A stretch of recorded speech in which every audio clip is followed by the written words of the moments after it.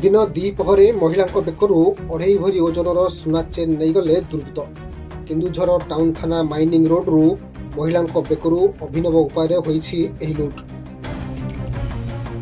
दुई जन अजଣା व्यक्ति आसी महिला अटकवाकू कही मुहरे किछि तरल पदार्थ पकाइथिले।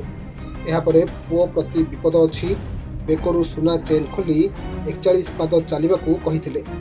महिला जनक किछि जानि न पारि सेमानक हाथकू सुना चेन बढ़ाई दे 41 पाद चलीथिले। परे पछकू बुली चाहिबा बेलकू सेठारे केही नथिबा देखि लूटर शिकार होइथिबा महिला जानिबाकू पाइथिले। खबर पाई पुलिस घटनास्थल रे पहुंची सीसीटीवी फुटेज जांच करबा सह छानबीन आरंभ करिछि। माइनिंग आड़ू चलिक आसुले गोटे लोक मुझे तीस एमती सेमती कहला पानी पाई भी आसला मोर हारोटा खोल कहीकि बैग रखा गला 41 पाद चल मु चलिकी जाइए मोर बैग हाथ में ना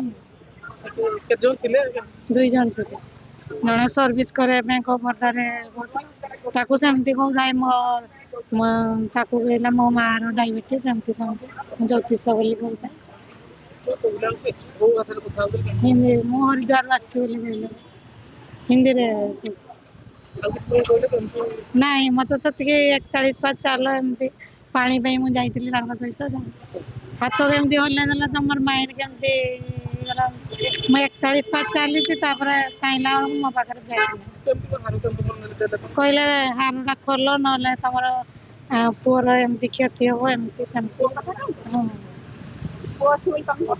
ना ना सी ज्योतिष बोली कहला तुम गोटे पुओ अच्छी एमती से कहला मु तो एक्चुअली जाइली कोर्ट को से जाउथला मोर सिले करिया पे जाउथला हठात मते फोन कला जे मोर सुनाटा नै गले सुना चेनटा मु दौड़ी आसी देखली तापर तुम सीसीटीवी देखलु जे एक्चुअली कोन कहउजली पानी छिंची के नै जदी सुना चेनटा करी आई आसी आस्ते देखले भी सीसीटीवी गोटा मोटरसाइकेल 3 जन बसछली से फोटोटा भी से चिन्हला आइस गले तो ये तो काली गोटे केस होई संतरापुर रे सेही सेम पिला कहउजन।